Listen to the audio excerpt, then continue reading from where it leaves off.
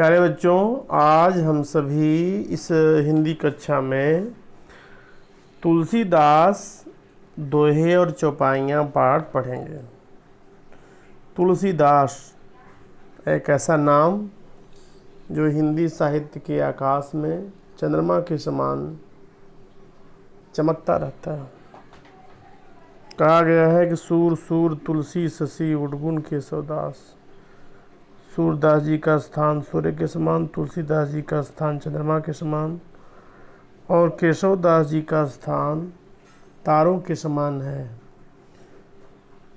इतना ही नहीं, हम तुलसीदास को विश्व कवि की संज्ञा भी देते हैं। जो इन्होंने विश्व कल्याण के लिए प्रयास किया, मानवता के हित के लिए अपनी कविता लिखी, यह हम सब के लिए प्रशंसनीय, वंदनीय एवं प्रार्थनीय है। इस पाठ को पढ़ने से पहले थोड़ा सा इनके व्यक्तित्व और कृतित्व के बारे में हम जानना चाहेंगे। गोस्वामी तुलसीदास हिंदी साहित्य के महान कवि थे। इनका जन्म सोरो, वर्तमान में जो कासगंज एटा उत्तर प्रदेश में हुआ था। कुछ विद्वान इनका राजापुर में जन्म मानते हैं, जो जिला बांदा में है, वर्तमान चित्रकूट। कुछ विद्वान तुलसीदास का जन्म गोंडा जिला के सूकर खेत को भी मानते हैं। इन्हें आद्य काव्य रामायण के रचयिता महर्षि वाल्मीकि का अवतार भी माना जाता है। महर्षि वाल्मीकि का नाम विश्व प्रसिद्ध है, जो इन्हें रामायण संस्कृत में लिखी थी और इसलिए उनका अवतार माना जाता है। श्री रामचरितमानस का कथानक रामायण से लिया गया है। रामचरितमानस लोक ग्रंथ है। लोक ग्रंथ क्यों है? क्योंकि यह लोक जीवन से सरोकार रखता है, सामाजिक जीवन से सरोकार रखता है और इसे उत्तर भारत में बड़े ही भक्ति भाव से पढ़ा जाता है। आप ये कह सकते हैं कि हर घर में रामायण की पुस्तक रखी रहती है और सब लोग नित्य प्रतिदिन इसका पाठ करते हैं और एक सनातनी धर्म के मानने वाले को करना भी चाहिए। इसके बाद विनय पत्रिका भी इनका एक महत्वपूर्ण काव्य ग्रंथ है।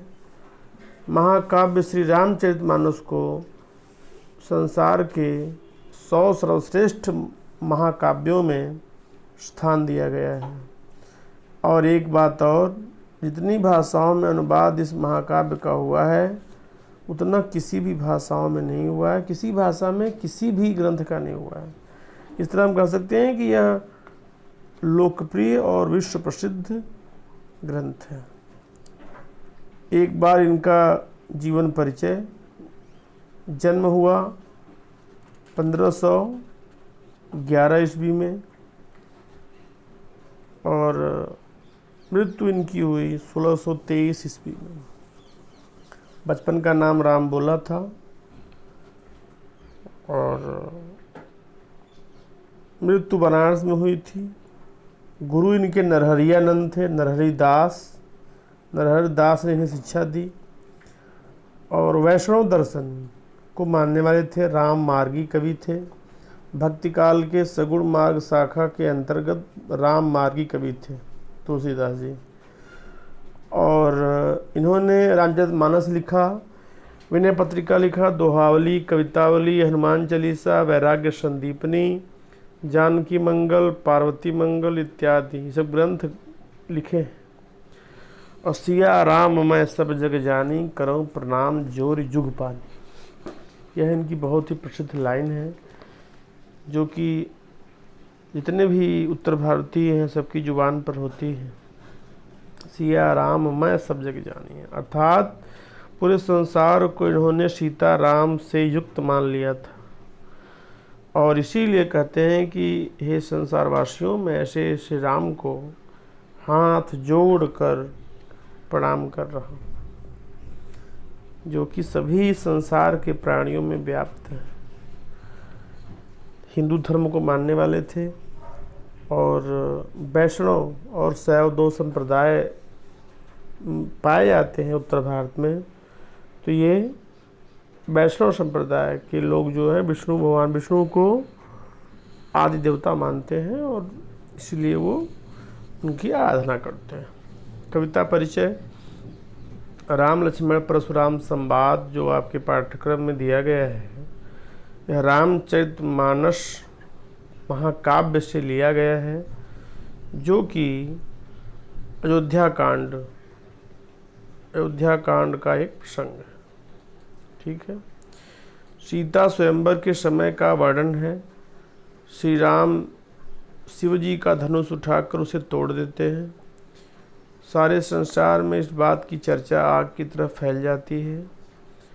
जब यह बात परशुराम जी के कानों तक जाती है और उन्हें पता चलता है कि उनके गुरुदेव शिव जी का धनुष किसी ने तोड़ दिया, तो वे अपने आपे से बाहर हो जाते हैं। वो धनुष तोड़ने वाले व्यक्ति का वध करने के लिए सीता जी के स्वयंवर वाली सभा में आ जाते हैं। उसके बाद राम लक्ष्मण परशुराम जी के बीच जो बातचीत होती है, उसका वर्णन यहाँ पर दिया गया है। पहला दोहा कुछ इस प्रकार से है, और चौपाई ऊपर होती है, दोहा नीचे होता है। यही क्रम में लिखा गया है रामायण। नाथ शंभु धन भंजनिहारा, होई केऊ एक दास तुम्हारा। नाथ मतलब स्वामी, हे स्वामी। शंभु मतलब शिव जी। इस शिव जी के धनुष को भंजनिहारा तोड़ने वाला, भंजनिहारा तोड़ने वाला, होई होगा, केव कोई, एक दास एक सेवक तुम्हारा आपका। इस धनुष को तोड़ने वाला कोई आपका एक सेवक ही होगा। आयुष काह, क्या आज्ञा है? आयुष मैंने आज्ञा, कहा मैंने कहिए, कहिए क्या आज्ञा है? कहिए, कहिए मैंने कहिए, कहा मैंने क्या, कहिए क्या आज्ञा है? किन मोही मेरे लिए। ठीक है। सुनि रिसाई बोले मुनि कोही, कोही मैंने क्रोधी, रिसाई मैंने गुस्सा। ऐसा सुन करके जब राम ने कहा कि आयुषु काह, क्या आज्ञा है प्रभु, आप मुझसे कहिए, ऐसा सुन करके क्रोधी मुनि को गुस्सा आया और उन्होंने कहा, बोले, कहा, सेवक को सो बने वही। सेवक तो वही होता है जो करे सेवकाई, जो सेवा करता है। लेकिन अरि करनी, अरे मतलब शत्रु, अरि मतलब शत्रु, अरि करनी, करनी मतलब कार्य, शत्रु का कार्य करने वाला, करिए लड़ाई, लड़ाई करने का काम किया है उसने। जिसने भी ये शिव धनुष तोड़ा है, उसने लड़ाई का काम किया है, दुश्मनी का काम किया है, लड़ाई। और वह हमारा सेवक तो नहीं हो सकता।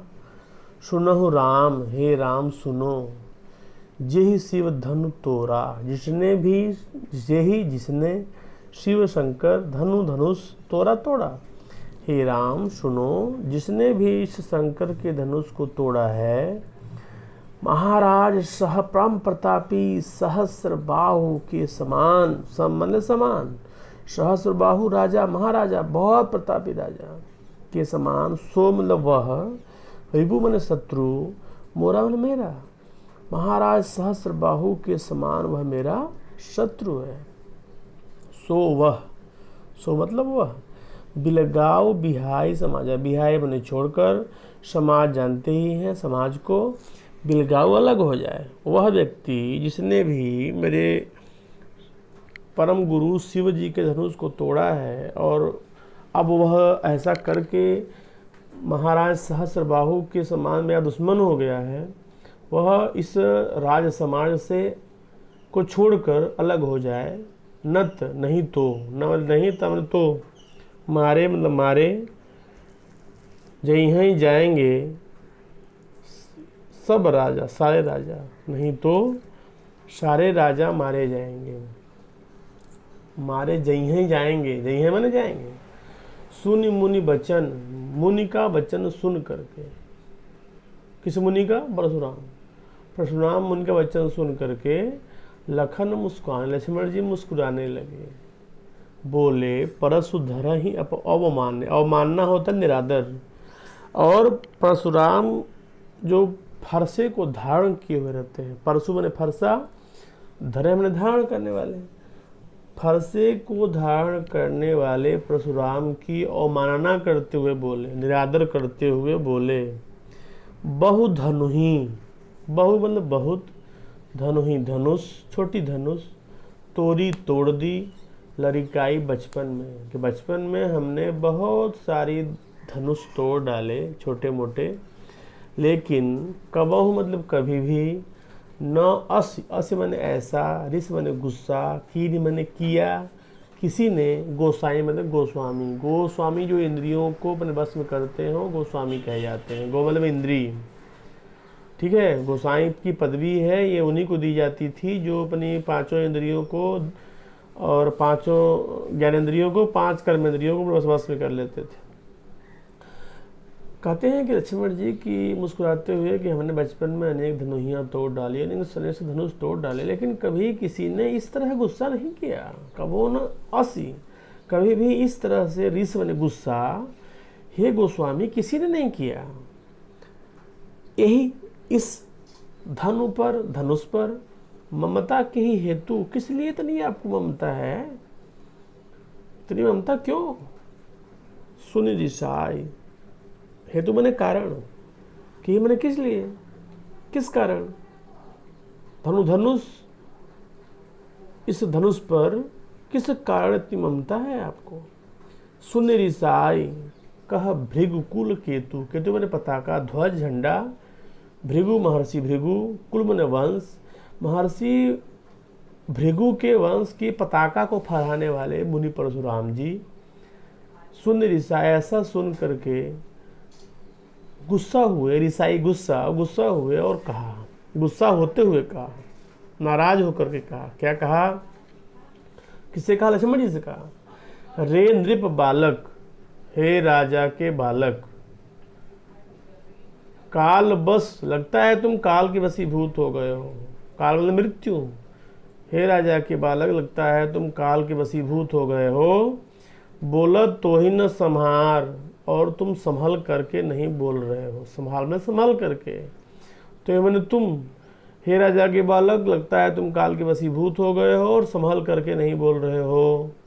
धनुही सम, और छोटी मोटी धनुहियों से, धनुषों से तुम इस धनुष की तुलना कर रहे हो जो त्रिपुरारी का धनुष है, भगवान शंकर का धनुष है। त्रिपुरारी में तीनों लोगों के स्वामी भगवान शंकर। विदित सकल संसार, सारा संसार जानता है। विदित मैंने जानता है, सकल मैंने संपूर्ण संसार, सारा संसार जानता है। हे राजा के बालक, लगता है तुम काल के वशीभूत हो गए हो, इसीलिए तुम संभल करके नहीं बोल रहे हो। और छोटी मोटी धनुहियों के समान यह महादेव शंकर का धनुष नहीं है। त्रिपुरारी धनु शंकर का धनुष। विदित मैंने जानता है, विदित मैंने जानता है, सकल मैंने संपूर्ण संसार, सारा संसार जानता है कि यह धनुष बहुत श्रेष्ठ धनुष है, और इस धनुष की तुलना तुम छोटी मोटी धनुहियों से कर रहे हो। तो प्यारे बच्चों, अब आपको यह पहला दोहा और इसकी चौपाई पढ़ा दी गई। अब जो भी दिक्कत आपको समझ में आए वह वॉइस मैसेज के थ्रू आप पूछ सकते हैं। आज के लिए इतना ही। होमवर्क इसका यही है कि जो इसका भावार्थ है आप लिखेंगे और लिख करके अपनी क्लास वर्क कॉपी में लिख लेंगे।